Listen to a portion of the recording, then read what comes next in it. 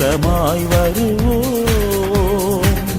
இறைவன் வார்த்தையில் இல்லம் அமைத்திட இயேசு வழியில் செல்வோம்.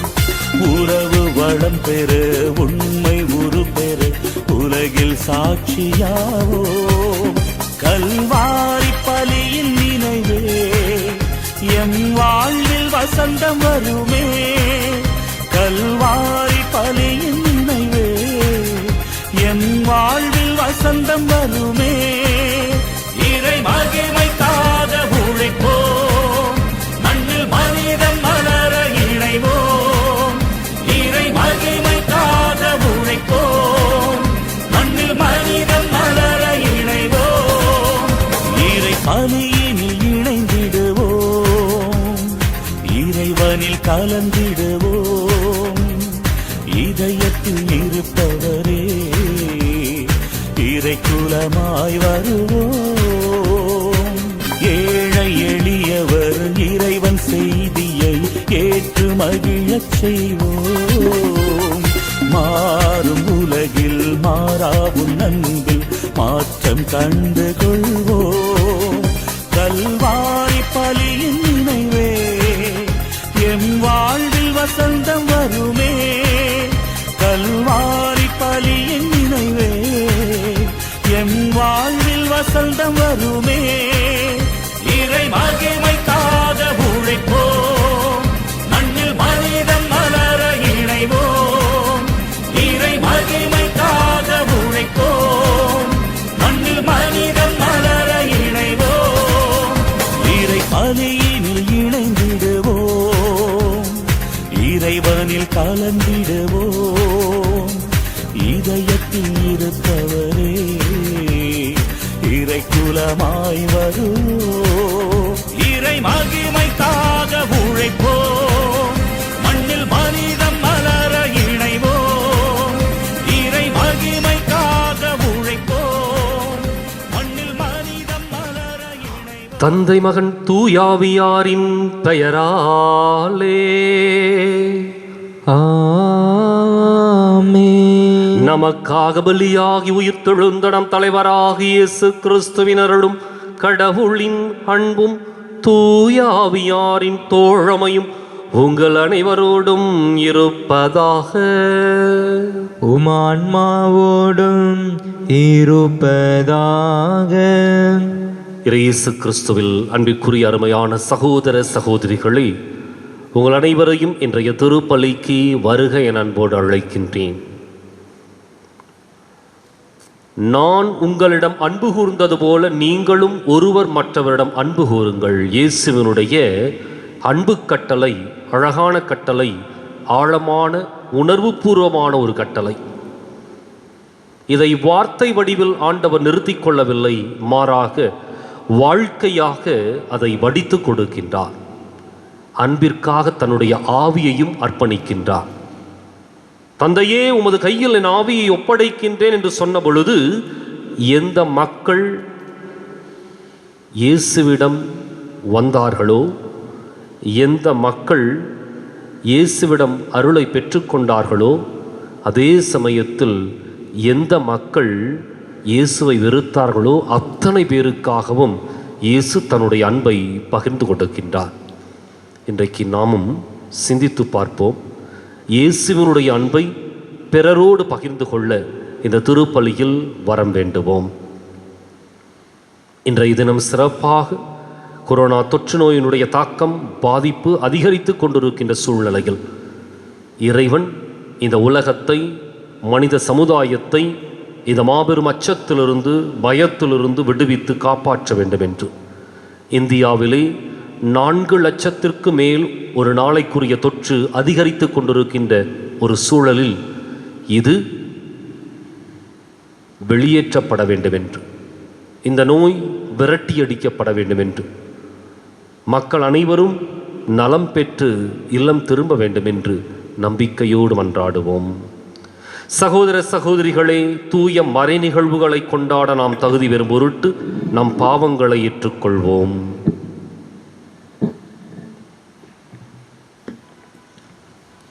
எல்லாம் வல்ல இறைவனிடமும் சகோதர சகோதரிகளே உங்களிடமும் நான் பாவியனை ஏற்றுக்கொள்கின்றேன்.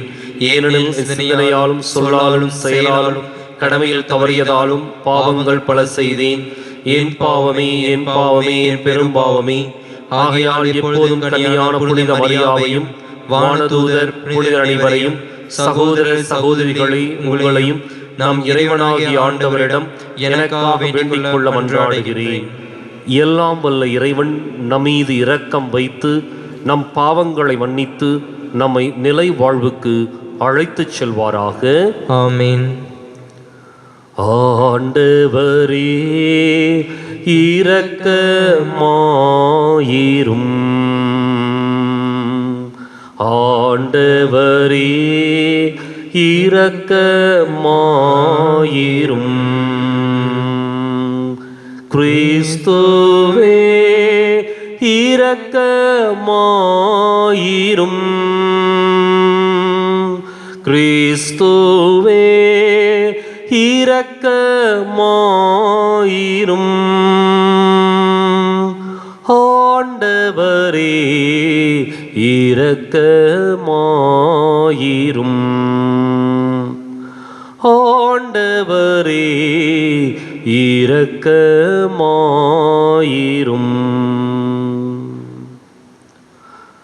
மன்றாடுவோமாக.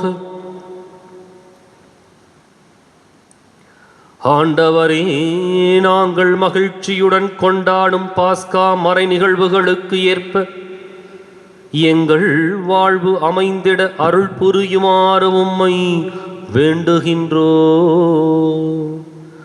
இன்றும் நிலைத்திருக்கும் உமது ஆற்றலால் எங்களை காத்து மீட்டருள்வீராக.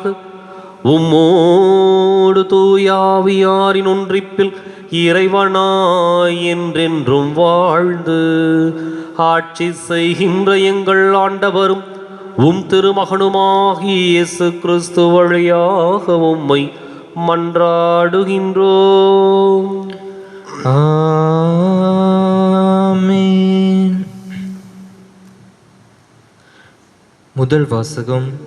இன்று அமையாதவற்றை தவிர வேறு எந்த சுமையும் உங்கள் மேல் சுமத்தக்கூடாது என்று தீர்மானித்தோம்.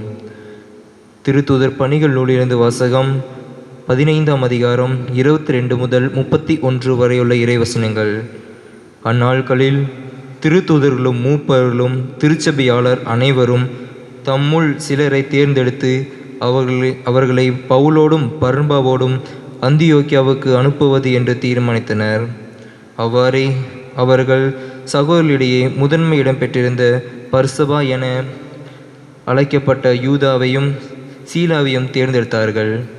பின்பு அவர்கள் ஒரு கடிதத்தை எழுதி அவர்கள் கையில் கொடுத்து அனுப்பினார்கள்.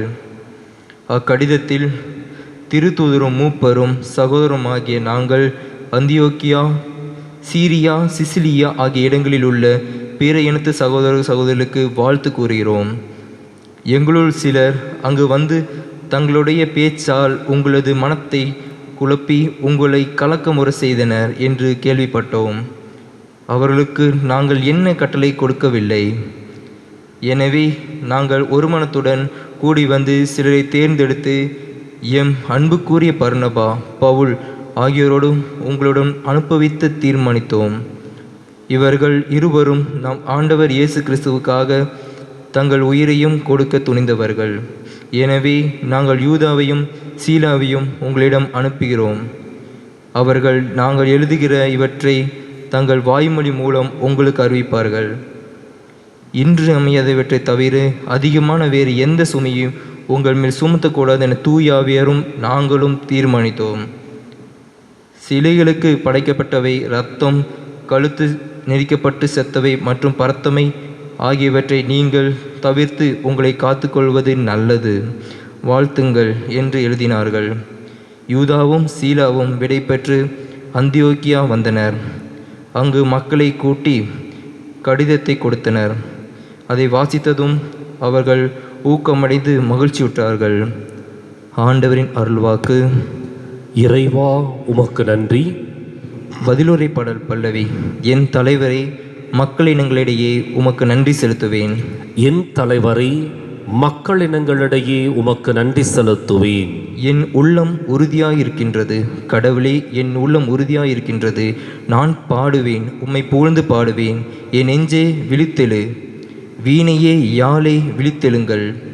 வைகரிய நான் விழித்தெழச் செய்வேன். பல்லவி. என் தலைவரே, மக்களினங்கள் இடையே உமக்கு நன்றி செலுத்துவேன். என் தலைவரே, மக்களினங்களிடையே உமக்கு நன்றி செலுத்துவேன். என் தலைவரே, மக்களினங்களிடையே உமக்கு நன்றி செலுத்துவேன்.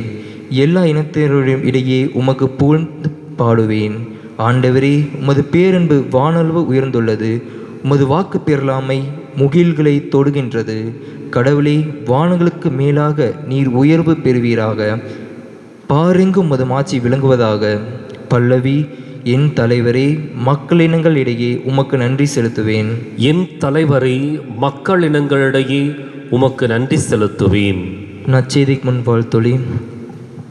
அல்லேலூயா, அல்லேலூயா, அல்லேலூயா, அல்லேலூயா, அல்லேலூயா, அல்லேலூயா, அல்லேலூயா, அல்லேலூயா. உங்களை நான் நண்பர்கள் என்றே, ஏனெனில் என் தந்தையிடமிருந்து நான் கேட்டவை அனைத்தையும் உங்களுக்கு அறிவித்தேன் என்கிறார் ஆண்டவர். அல்லேலூயா, அல்லேலூயா, அல்லேலூயா, அல்லேலூயா, அல்லேலூயா. ஆண்டவர் உங்களோடு இருப்பாராக. உம் ஆன்மாவோடும் இருப்பாராக. புனித யோவான் எழுதிய நற்செய்தியிலிருந்து வாசகம். ஆண்டவரே, மாட்சி உமக்கே. அதிகாரம் 15, இறைவாக்கியங்கள் 12 முதல் 17 முடிய. அக்காலத்தில் இயேசு தம் சீடரை நோக்கி கூறியது: நான் உங்களிடம் அன்பு கொண்டிருப்பது போல நீங்களும் ஒருவர் மற்றவரிடம் அன்பு கொண்டிருக்க வேண்டும் என்பதே என் கட்டளை. தம் நண்பர்களுக்காக உயிரை கொடுப்பதை விட சிறந்த அன்பு யாரிடமும் இல்லை. நான் கட்டளையிடுவதையெல்லாம் நீங்கள் செய்தால் நீங்கள் என் நண்பர்களாயிருப்பீர்கள். இனி நான் உங்களை பணியாளர் என்று சொல்ல மாட்டேன், ஏனெனில் தம் தலைவர் செய்வது இன்னது என்று பணியாளருக்கு தெரியாது. உங்களை நான் நண்பர்கள் என்றேன், ஏனெனில் என் தந்தையிடமிருந்து நான் கேட்டவை அனைத்தையும் உங்களுக்கு அறிவித்தேன். நீங்கள் என்னை தேர்ந்து கொள்ளவில்லை, நான் தான் உங்களை தேர்ந்து கொண்டேன். நீங்கள் கனி தரவும் நீங்கள் தரும் கனி நிலைத்திருக்கவும் உங்களை ஏற்படுத்தினேன். ஆகவே நீங்கள் என் பெயரால் தந்தையிடம் கேட்பதையெல்லாம் அவர் உங்களுக்கு கொடுப்பார். நீங்கள் ஒருவர் மற்றவரிடம் அன்பு கொள்ள வேண்டும் என்பதே என் கட்டளை.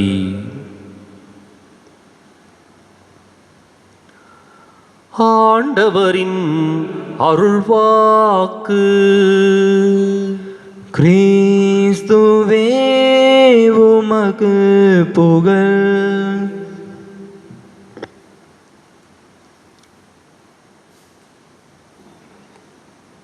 இயேசு கிறிஸ்துவில் அன்புக்குரிய அருமையான சகோதர சகோதரிகளே, அன்பு என்ற அந்த 3 எழுத்துச் சொல்லில் இன்றைக்கு ஒட்டுமொத்த உயிரினமும் உயிர் வாழ்ந்து கொண்டிருக்கின்றது.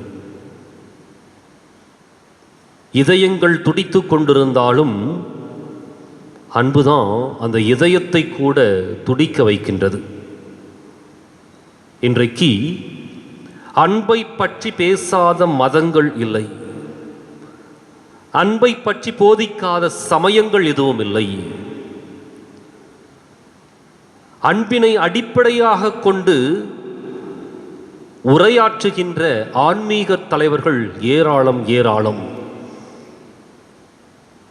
கடவுளை கூட சித்தரிப்பது அன்பு என்ற அந்த வார்த்தையை மையப்படுத்தி. இன்றைக்கு ஆண்டவர் இயேசு அன்பு கட்டளையை கொடுக்கின்றார். நான் உங்களிடம் அன்பு கொண்டிருப்பது போல நீங்களும் ஒருவர் மற்றவரிடம் அன்பு கொண்டிருக்க வேண்டும் என்பது என் கட்டளை. அப்படி என்றால் இந்த உலகத்தில் இருக்கின்ற எல்லா மதங்களும் அன்பை பற்றி போதித்தாலும், இந்த உலகத்தில் இருக்கின்ற எல்லா ஆன்மீக குழுக்களிலும் அன்பை பற்றி அதிகமாக அலசப்பட்டாலும், இயேசு சொல்லுகின்ற அந்த அன்பு கட்டளைக்கும் மற்றவர்களுக்கும் ஒரு சிறிய வித்தியாசம், ஆனால் மிகப்பெரிய ஒரு மாற்றம். அது எல்லா மதங்களும் எல்லா சமயங்களும் எல்லா குழுக்களும் ஆன்மீக கூட்டங்களும் அன்பை பற்றி போதித்தாலும், இயேசு ஒற்றை வார்த்தையில் அதை வித்தியாசப்படுத்துகின்றார். எப்படி? நான் உங்களிடம் அன்பு கொண்டிருப்பது போல நீங்களும் ஒருவர் மற்றவரிடம் அன்பு கொண்டிருக்க வேண்டும் என்பது என் கட்டளை. ஒருவரை ஒருவர் அன்பு செய்யுங்கள், இது எல்லா மதங்களும் போதிப்பது இல்லை என்று சொல்வதற்கில்லை. ஆனால் இயேசு அதற்குள் ஒரு புதுமையையும் யதார்த்தத்தையும் உண்மையும் புகுத்துகின்றார். நான் உங்களிடம் அன்பு கொண்டு இருப்பது போல. இதான் அப்ப அன்பிற்கு ஒரு இலக்கணம் என்று சொல்லி ஒன்று இருந்தால் அது இயேசுவை தவிர வேறு யாரும் இல்லை. அன்பிற்கு ஒரு உருவம் என்று இருந்தால் அது இயேசுவினுடைய அன்பை தவிர வேறு எதுவும் இல்லை. அன்பினுடைய நீல அகல ஆழங்களை கண்டுபிடிக்க வேண்டும் என்றால் அது இயேசுவினுடைய அந்த அன்பிலே செயல்பாடுகளிலே சிறப்பாக கண்டுபிடிக்கலாம். எனவே அன்பு என்பது ஏதோ ஒரு சில உணர்வுகள் மாத்திரமல்ல, மாறாக இயேசு அதை ஒருபடி மேலே கொண்டு போறார். என்னன்னா, நான் உங்களிடம் அன்பு கூறுவது போல. அப்போ இயேசுவினுடைய அன்பு அந்த அளவுக்கு ஆழமாயிருந்தது. எனவேதான் அவர் அதை குறித்து வெளிப்படையாக சொல்லுகின்றார். அவருடைய அன்பு எந்த அளவுக்கு இருந்துச்சு அப்படின்னா, அவருடைய அன்பு வார்த்தையில் இருந்தது. அந்த மக்களுக்கு நல்லதை போதித்தார், அந்த மக்களுக்கு நேரிய நெறிமுறைகளை கற்றுக் கொடுத்தார், சீரிய வாழ்வை அவர்களுக்கு சிறப்பாக கற்றுக் கொடுத்தார். இப்படி வார்த்தை வடிவிலே அவர்களுக்கு அன்பை கொடுத்தார். அதற்கு அடுத்தபடியில் தன்னுடைய செயல்களிலே அந்த அன்பை வெளிப்படுத்தினார். இயேசு சென்ற இடங்களிலெல்லாம் மக்கள் கூட்டம் வந்தது. அவர் அந்த மக்கள் கூட்டத்தை கண்டு மனமிறங்கி அவர்களுக்கு போதிக்கவும் அதிசயங்களை அற்புதங்களை செய்யவும் முற்படுகின்றார். எனவேதான் ஒவ்வொரு முறையும் நற்செய்தி அழகாக குறிப்பிடும், அவர் அவர்கள் மீது பரிவு கொண்டு மக்களுடைய உணர்வுகளை புரிந்து கொண்டு அந்த செயல்களை செய்கின்றார். இறுதியிலே தன்னுடைய வாழ்க்கையையே அன்புக்காக அர்ப்பணிக்கின்றார். வார்த்தையில் வெளிப்படுத்திய இறைவன், செயல்களிலே சிறப்பாய் செயல்படுத்தி காட்டிய இறைவன் இறுதியிலே வாழ்க்கையிலே வாழ்க்கை முழுவதையுமே அன்பிற்காக அர்ப்பணிக்கின்றார். அதனுடைய உச்சகட்டம் தான் கல்வாரி. அதனுடைய அழகான ஒரு சூழல் தான் அவர் இரு கரங்களையும் விரித்து ஆணிகளால் அறையப்பட்ட பொழுதும் அன்பை இந்த மக்களுக்கு பகிர்ந்து கொடுத்தது. அதனால தான் ஆண்டவர் இயேசு சிலுவையில் அறையப்பட்ட அந்த காட்சி அன்பினுடைய உச்சகட்டம். இதை போன்ற ஒரு காட்சி வேறு எந்த மதத்திலும் வேறு எந்த சமயத்திலும் நாம் கண்டிருக்க முடியாது. காரணம், அன்பினுடைய உச்சகட்டத்தை இந்த உலகிற்கு வெளிப்படுத்திய ஒரே கடவுள் ஆண்டவர் இயேசு. ஒரே சின்னம் சிலுவை. அந்த சிலுவையை தவிர அன்பை இன்னும் அழகாக அதிகமாக எவராலும் வெளிப்படுத்த முடியாது. அதனால்தான் அந்த சிலுவையில் அறையப்பட்ட அந்த இயேசுவோடு ஒரு மனிதன் பேசுவதை போன்று ஒரு காட்சி உருவாக்கப்பட்டு அதில் அந்த மனிதன் கேட்பான், இயேசுவே, நீ என்னை அன்பு செய்கிறாயா? அதற்கு ஆண்டவர் இயேசு சொல்லுவார், மகனே, நான் உன்னை அன்பு செய்கிறேன். அடுத்தது அந்த மனிதன் கேட்பான், எந்த அளவுக்கு நீ என்னை அன்பு செய்கின்றாய்? இயேசு ஒற்றை வார்த்தையில் பதிலளிப்பான், இந்த அளவு என்று சொல்லி தன்னுடைய 2 கரங்களையும் விரித்து ஆணிகளால் அறையப்பட்டு சிலுவையில் உயிரிடுவார். அப்ப இயேசுவினுடைய அந்த அன்பு அளவில்லாதது, ஆழமானது, உணர்வு பூர்வமானது, ஒவ்வொரு மனிதனையும் ஈர்க்கக்கூடியது, ஒரு மனிதனுடைய எண்ணங்களையும் சிந்தனைகளையும் உணர்வுகளையும் புரிந்து ஏற்றுக்கொள்ளக்கூடியது.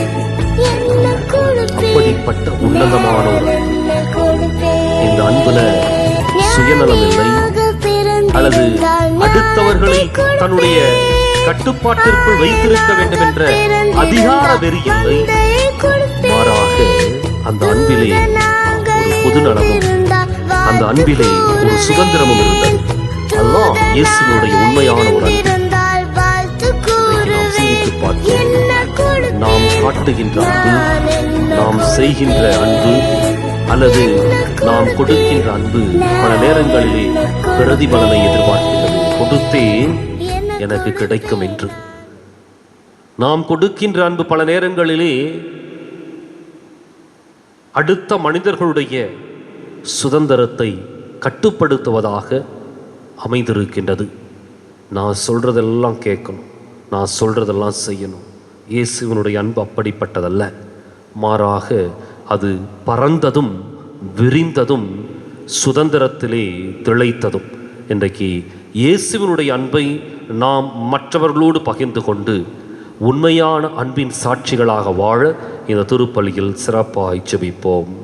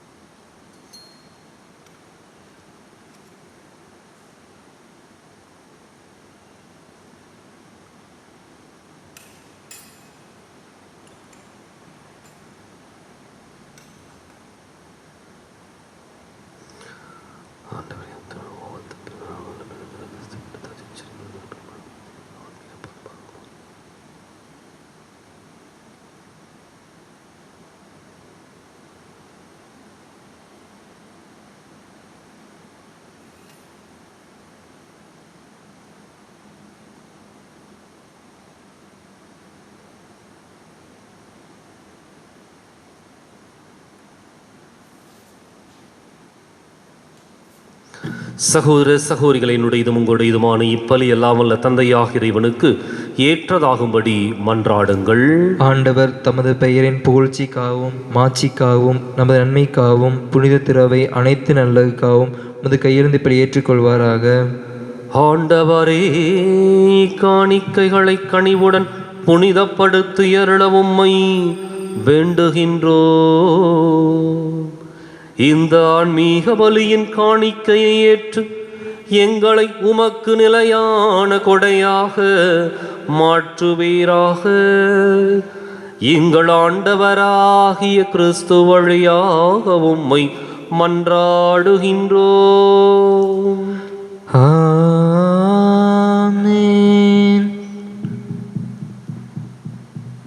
ஆண்டவர் உங்களோடு இருப்பாராக, ஆன்மாவோடும் இருப்பாராக.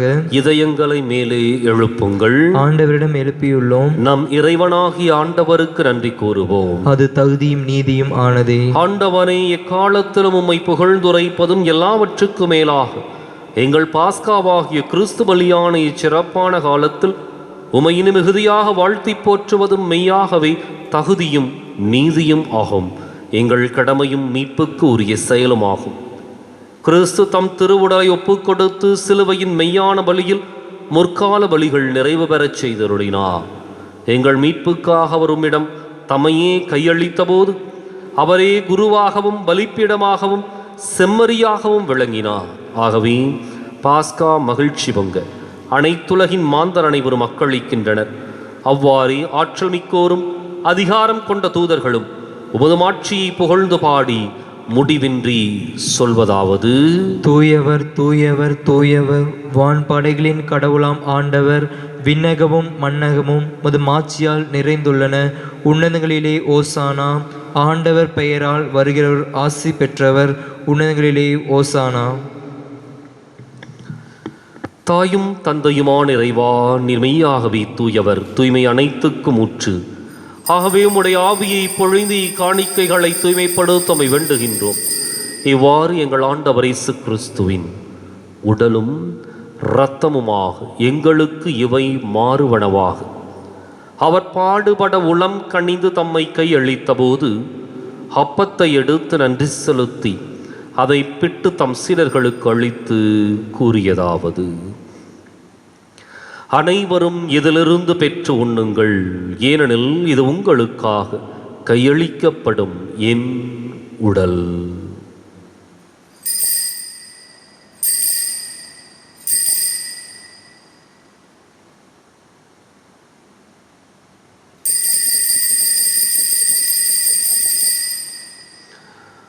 அவனமை இரவு விருந்தை அருந்தியபின் கிண்ணத்தையும் எடுத்து மீண்டும் உமக்கு நன்றி கூறி தம் சீடர்களுக்கு அளித்து அவர் கூறியதாவது: அனைவரும் இதிலிருந்து பெற்று பருகுங்கள், ஏனெனில் இது புதிய நிலையான உடன்படிக்கைக்கு உரிய என் இரத்தத்தின் கிண்ணம். இது பாவ மன்னிப்புக்கென்று உங்களுக்காகவும் பலருக்காகவும் சிந்தப்படும். இதை என் நினைவாகச் செய்யுங்கள்.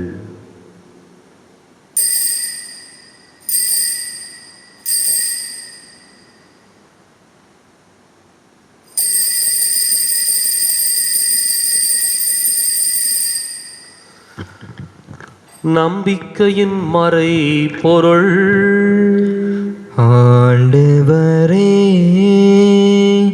நீர் வருமளவும் உமது இறப்பினை அறிக்கையிடுகின்றோம், உமது உயிர்ப்பினையும் எடுத்துரைக்கின்றோம். ஆகவே ஆண்டவரே, நாங்கள் கிறிஸ்துவின் இறப்பினையும் உயிர்ப்பினையும் நினைவு கூர்ந்து வாழ்வு தரும் அப்பத்தையும் மீட்பளிக்கும் கிண்ணத்தையும் உமக்கு ஒப்புக் கொடுக்கின்றோம். உம் திருமுன் நின்று உமக்கு ஊழியம் புரிய தகுந்தவர்களை நீங்கள் ஏற்றுக்கொண்டீர். எனவே உமக்கு நன்றி செலுத்துகின்றோம். மேலும் கிறிஸ்துவின் உடலிலும் இரத்தத்திலும் பங்கு கொள்ளும் எங்களை தூய ஆவியார் ஒன்று சேர்க்க வேண்டுமென உம்மை தாழ்மையுடன் மன்றாடுகின்றோம். ஆண்டவரே, உலகெங்கும் பரவியிருக்கும் அது திரு அவையை நினைவு கூர்ந்தருளும். எங்கள் தலைமை தந்தை பிரான்சிஸ், எங்கள் மறைமாவட்ட தலைமை தந்தை பீட்டர் அபி, எல்லா திருநிலையினராகிய அனைவரோடு உமது திரு அவை அன்பில் நிறைவு பெறச் செய்திருளும். மேலும் உயிர்த்தெழும் எதிர்நோக்குடன் துயில் கொள்ளும் எங்கள் சகோதரர் சகோதரிகளையும் இறந்தோர் அனைவரையும், குறிப்பாக தொற்று நோயிலே இறந்த சகோதர சகோதரிகளின் ஆன்மாக்களையும் இரக்கத்துடன் நினைவு கூர்ந்து உமது திருமுக ஒளியினுள் ஏற்றருளும். எங்கள் அனைவர் மீதும் இரக்கமாயிரும். கடவுளின் கன்னித்தாயான புனித மரியா, அவருடைய கணவரான புனித யோசேப்பு, புனித திருத்தூதர்கள், இவ்வுலகிலும் உகந்தவராய் இருந்தோர் ஆகிய புனிதர் அனைவருடனும் நாங்கள் நிலைவாழ்வில் பங்கு கொள்ளும் தகுதி பெற்று உம் திருமகன் இயேசு கிறிஸ்து வழியாக உம்மை புகழ்ந்தேத்தும் வரமருள உம்மை மன்றாடுகின்றோம்.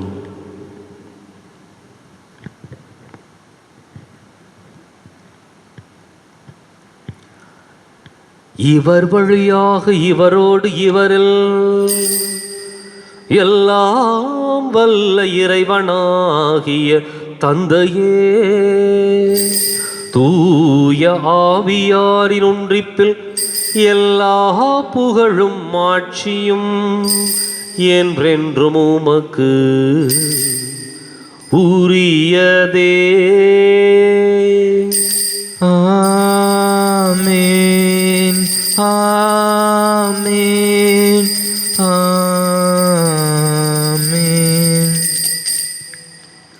கடவுளை நம் தந்தை என அழைக்க இயேசு நமக்கு கற்பித்தார். எனவே நாம் அனைவரும் இணைந்து துணிந்து சொல்லுவோம். விண்ணுலகில் இருக்கிற எங்கள் தந்தையே, உமது பெயர் தூயது என போற்ற பெறுக. உமது ஆட்சி வருக. உமது திருவுளம் விண்ணுலகில் நிறைவேறுவது போல மண்ணுலகிலும் நிறைவேறுக. எங்கள் அன்றாட உணவை இன்று எங்களுக்கு தாரும். எங்களுக்கு எதிராக குற்றம் செய்வோரை நாங்கள் மன்னிப்பது போல எங்கள் குற்றங்களை மன்னியும். எங்களை சோதனைக்கு உட்படுத்தாதேயும், தீமையிலிருந்து எங்களை விடுவித்தருளும். ஆண்டவரை, தீமை அனைத்திலிருந்தும் எங்களை விடுவித்து எங்கள் வாழ்நாளில் அமைதியை கனிவுடன் அருளுமை மன்றாடுகின்றோம். உமது இரக்கத்தின் உதவியால் நாங்கள் பாவத்திலிருந்து எப்போதும் விடுதலை பெற்று யாதொரு கலக்கமும் இன்றி நலமாயிருப்போமாக.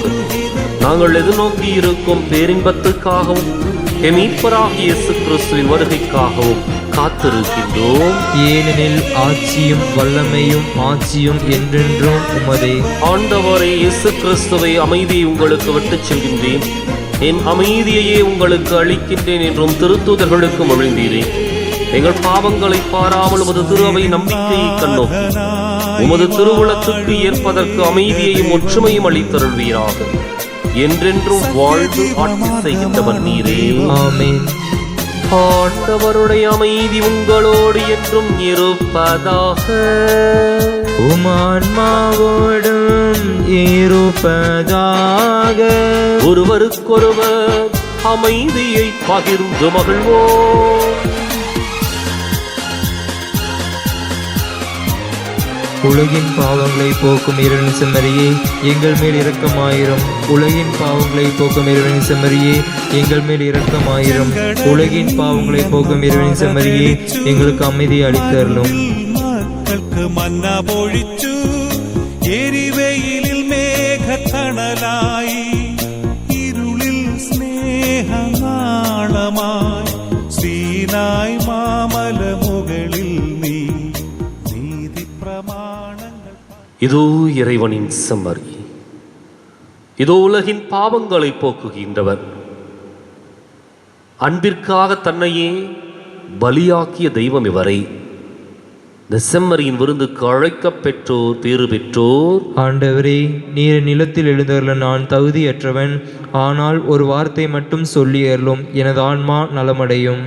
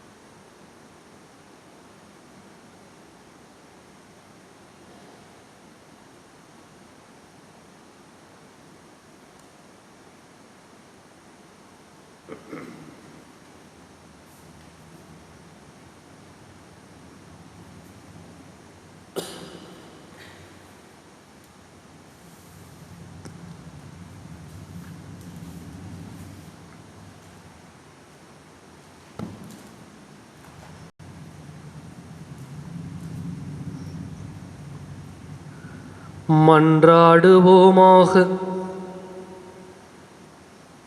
ஆண்டவரே, உம் தூய மறை நிகழ்வுகளின் கொடைகளை பெற்றுக்கொண்ட நாங்கள் உம்மை பணிவுடன் வேண்டுகின்றோ. அதனால் தமது நினைவாக நாங்கள் செய்யுமாறு உம் திருமகன் கட்டளையிட்டவை எங்களை அன்பின் வளர்ச்சிக்கு இட்டுச் செல்வனவாக எங்கள் ஆண்டவராகிய கிறிஸ்து வழியாக உம்மை மன்றாடுகின்றோம். ஆமென். ஆண்டவர் உங்களோடு இருப்பாராக. உம் ஆன்மாவோடும் இருப்பாராக. எல்லாம் வல்ல இறைவன் தந்தை, மகன், தூயாவியார் உங்களுக்கு ஆசி வழங்குவாராக. ஆமென். கிறிஸ்துவின் அன்பை சுவைத்து மகிழ சென்று வாருங்கள். திருப்பலின் நிறைவேறிற்று.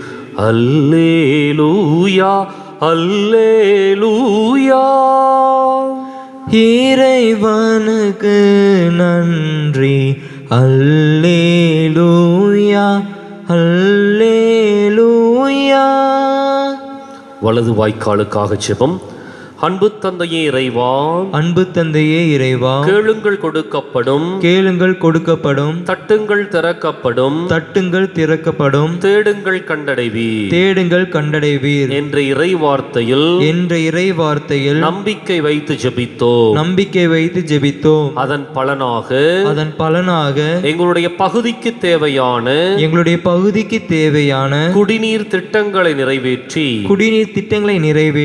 எங்களுடைய இல்லங்களுக்கு நல்ல குடிதண்ணீரை பெற்றுக் கொடுத்ததற்காக உமக்கு நன்றி கூறுகின்றோம். எங்களுடைய நீண்டகால போராட்டமான வலது வாய்க்கால் திட்டத்திற்கு போதுமான நிதியை ஒதுக்கி எங்களுடைய தண்ணீர் அவகாசத்தையும் மீட்டெடுத்து கொடுத்ததற்காக உமக்கு நன்றி கூறுகின்றோம். இத்திட்டம் சிறப்பாக துவங்கப்பட்டிருக்கின்ற வேளையில் விரைந்து இதனை நிறைவு செய்து கொடுப்பீராக. இவற்றை எங்கள் ஆண்டவராகிய கிறிஸ்து வழியாக உம்மை மன்றாடுகிறோம். ஆமென். ஆமென்.